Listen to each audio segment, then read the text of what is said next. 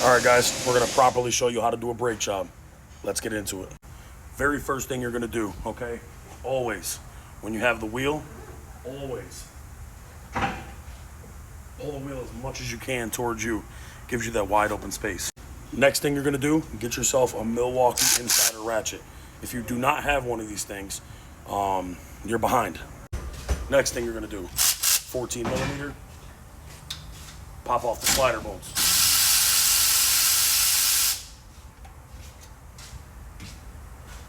That's one.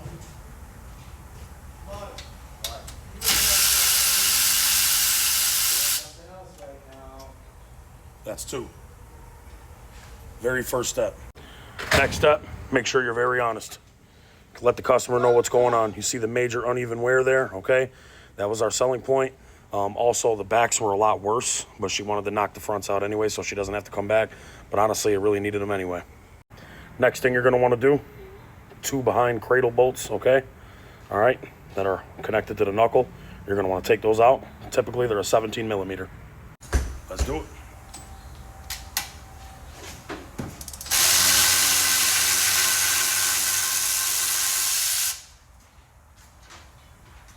One, these ones got the washer that come around them.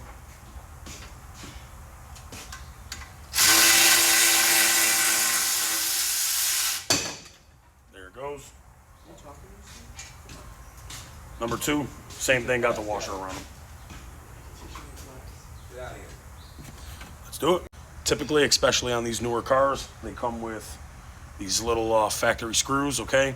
A lot of the times, most of the time you want to try to reuse them. On this car, it's fairly new enough where I can just pull it out with a screwdriver, as I already did the other side. But a lot of the times you got to burn them out, so.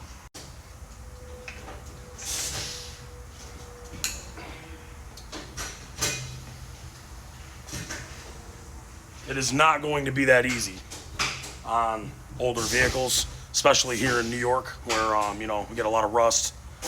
It's a northern state, obviously, so you know, looks like you're in California or something, it might be that easy on an older car, but you know, up here, it's not gonna always be that easy. On this one, okay, gonna have to get yourself a nice hammer, something that can take a lot of impact, and just get that shit out of there. Boom, just like that. Rotor should come right off. All right, next step. This is gonna be a step that a lot of people forget, okay? And look, I try to tell all my guys, make sure they do it this way. See all that rust on that hub right there? Very important you clean that up. If you don't clean up that rust, okay, it could come back for a vibration and make it harder on the next guy. Now, you don't gotta be as fancy as me and have a $500 grinder, but if you do, great. Let's get to it.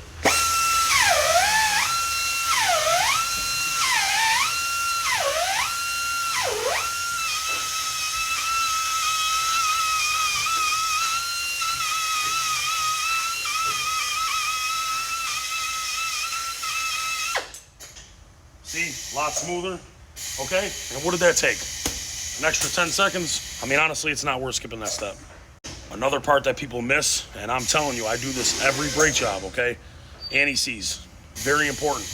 But it's also very important you do not get it on the studs, okay? Just get it right on the surface, okay? You don't need a super whole lot, but you're gonna see how I like to do it.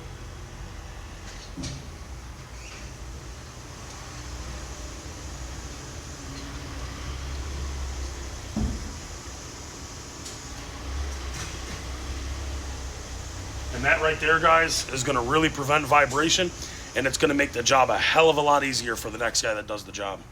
Pretty self-explanatory. Get the rotors back on. All right, put the screws back in.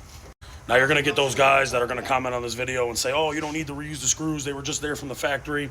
Listen, those kind of guys, you don't want doing your brakes. All right, guys, part of the reason they had that uneven wear, okay, as you can see, it's very hard for me to get this thing right out of the bracket, right? I should not have to do that to get those pads out of there, knock it out with a hammer. However, next thing you're gonna wanna do, okay, exchange the clips, okay, both corners. But a lot of the times you really could clean these and reuse them. Sometimes it's actually better if you do that. And to be honest, that's what I might do here.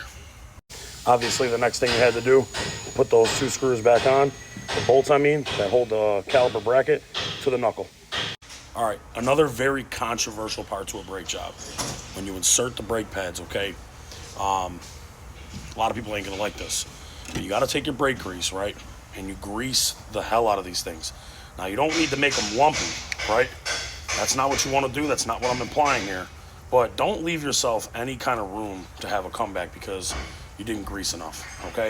It doesn't hurt nothing. Nothing's gonna happen. Grease the whole back right there, no lumps, no nothing, right?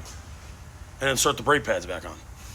Another very important tip, make sure you read the back of the brake pads. A lot of them don't have the readings on there, but some of them do, right? This is supposed to go on the inner of the left-hand side.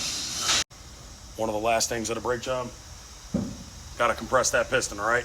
You don't have a fancy one like this, that's okay, but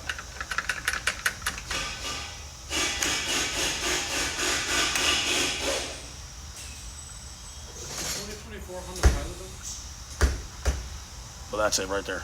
Once you tighten up them last two 14 millimeter slider bolts right on the ends here, pretty much got to just tighten everything up, torque it down, good to go. Put on the wheel.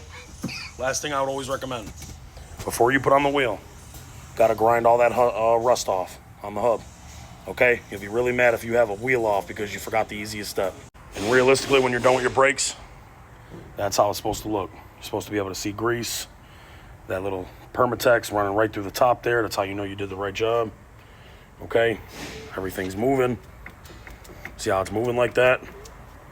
Good to go.